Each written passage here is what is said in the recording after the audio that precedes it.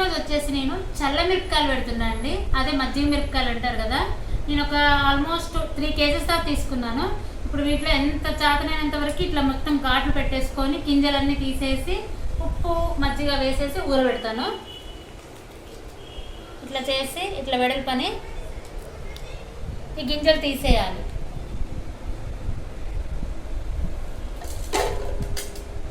ఇట్లా నేను తీసుకొచ్చుకునేటప్పుడు మాత్రం కంపల్సరిగా మిరపకాయ ఇట్లా తుంచుకొని స్మెల్ చూస్తాను. ఎందుకంటే ఘాటు వాసన మనకు తెలిసిపోతుంది. స్మెల్ చూసి అంత ఏం లేదు. ఈ గింజలు కూడా తీసేస్తే మనకి ఏమి కారం కూడా ఏముండదు. చూసినావా? ఓకే, చల్లమిరపకాయలు మొత్తం తీసేసుకున్నాము. మొత్తం ఇట్లా ఘాట్లు పెట్టేసుకున్నాము. అన్నిటికీ అయిపోయినాయి.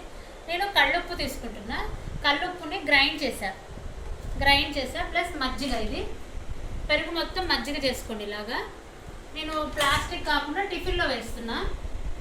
సరిపడా సాల్ట్ అంటే మనం కొంచెము టేస్ట్ చూడొచ్చు, ఎందుకంటే మనకి తెలవాలి కదా. కొంచెం ఉప్పే ఉండాలి. మళ్ళీ కల్లుప్పు వేస్తే కరగదని చెప్పి గ్రైండ్ చేసేస్తున్నా. ఇప్పుడు ఈ మిరపకాయలన్నీ వేసేస్తా. మునిగేటట్టు వేసుకుంటే సరిపోతుంది.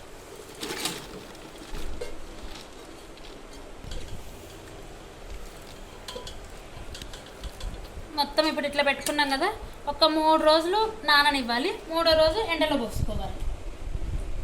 మళ్ళీ 3 రోజుల తర్వాత ఓపెన్ చేద్దాం దీన్ని.